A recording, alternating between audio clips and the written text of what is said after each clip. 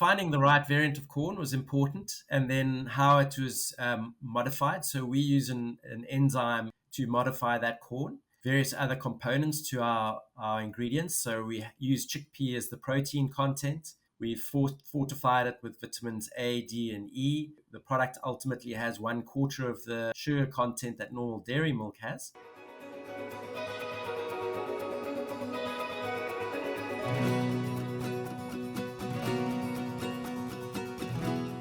Welcome to Illinois Corn TV.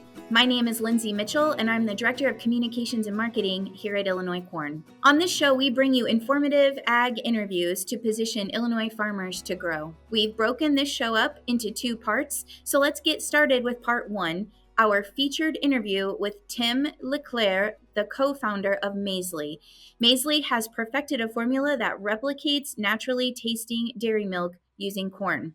This week, we talked about how Maizly has become the plant-based milk alternative that offers flavored varieties, infant formula, and about their commitment to sustainability. So let's jump into the interview. Tim, tell me a little bit about your company and where you're headquartered, because I don't know that yet. Yes, sure. Yeah, so Maizly is going to be headquartered out of Indiana. However, we developed our product out of Cape Town in South Africa. So we are now expanding our operations internationally and decided to use the US as our base. Now we can move on to part 2 of our show, which is the part we call Not to Be Corny. And so I'm going to ask you a really funny joke. At least we think it's funny. Here we go. How does corn keep fit? How does corn keep fit? I have no idea. It does aerobics every day. So what inspired you to develop a corn-based milk alternative? Yeah, so my co-founder, Marcel, had an idea around corn, or why he asked the question really, why is there no corn-based milk, given that there's an almond, oat, soy, coconut, all these other versions of plant-based milks, but no one's doing corn, and corn's the most abundant crop in the world. So that's sort of where the idea came from. That was back in 2019. So he came to me with the idea, and we looked around the world and we saw there was no corn-based milk alternative. The closest we saw was in Cambodia, Vietnam, where they called it a corn milk, but actually it was a sweet corn juice. So nothing like a functional milk. So that was the sort of starting point for us. And then we decided to set about developing it, and we realized quite soon into the process why no one had done it, because it wasn't easy. So 105 iterations later, and we had got a product which we are very excited for and have had very good feedback from. Amazing. Can you walk us through any of your process? Like, give us a very high level of how a corn-based milk alternative, which you've already said is difficult, how are you creating such a product?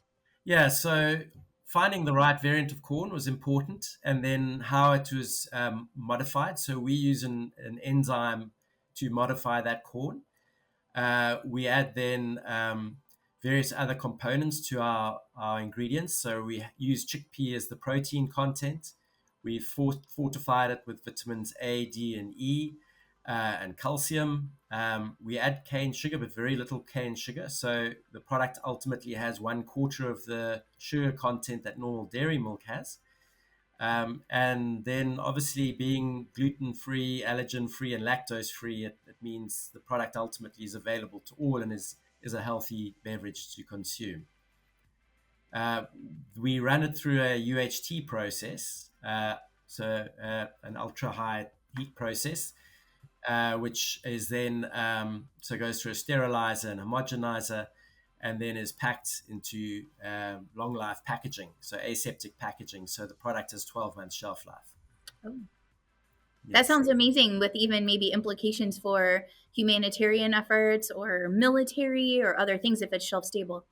Yes, yeah. So for us, obviously starting out as a startup company, having a fresh product would be quite a high risk because, then if you don't sell the product, you've got to take it back and dispose of it. So having a 12-month shelf life gives you a great opportunity to get your product out there, get it selling, build the brand, and it's a lower risk entry point. So we are going to come out with a fresh product or a 100-day shelf life product, what they call an ESL product. So that will come in the new year. So I'm really excited about this opportunity because corn as a commodity doesn't have a lot of direct to consumer products. We think about ethanol being like consumers can really interact with corn as a product there, but it's very different from, a pork chop and talking to a pork farmer. So I love the idea that this is direct to consumer. How are you getting the word out to consumers of its availability? Yeah, so you're absolutely right. The corn actually, we think we've got now the next generation of plant-based milk, and the features of our product are extremely promising. So from a mouthfeel and opacity, it's exactly the same as a dairy milk. So it's got the same mouthfeel as a dairy milk. It's white like a dairy milk. It's got a complementary taste profile as well. So it doesn't change the taste of your tea or coffee or cereal that you're adding it to. So that's a major factor given other plant-based milks that leave an aftertaste, and if you add to your coffee, kind of comes through in the coffee. So having that taste profile is very important. And then also from a sustainability perspective, corn uses the least amounts of water and land per ton of produce compared to any other crop in the world. So it's a highly sustainable crop. And then being such an abundant crop, we can produce close to our markets and reduce food miles. And then everything that goes into the production process ends up in the finished product. So there's no waste in our process. So from a sustainability standpoint, we've got a very good position. It's hard for any other plant-based milk to compete with us on that front. And at the moment, a lot of consumers are driving decisions based on two things. One is taste, and the other is the environmental impact. So for us to market our product, we obviously pushing those 2 points quite clearly. And in doing that, it involves a lot of sampling, a lot of promotion, and then education of the consumer. Gosh, I kind of want to say that again for the people in the back that didn't hear that. Like, corn is the most sustainably, I heard you say, abundant Yes. crop grown in the world. So Yes. that's amazing. I love hearing that stat. Yes. Yes. Further to that, our milk is fully functional as well. So where other plant-based milks have a barista version and then their normal version, and they've got different SKUs, ours is one fits one. One does everything. So it froths really well for your cappuccino, and it froths like a dairy milk as opposed to the other plant-based milks where the froth collapses over time. Our froth will remain pure throughout. It's very good for baking with as well, and then it turns your tea and coffee white. So it's one product, Maizly Original, which will then work for all your functions that you need that a milk needs to deliver on.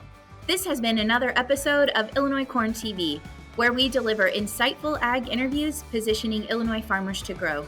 Stay tuned for more content every week, and be sure to subscribe on YouTube and wherever you get your podcasts. We'll see you next week.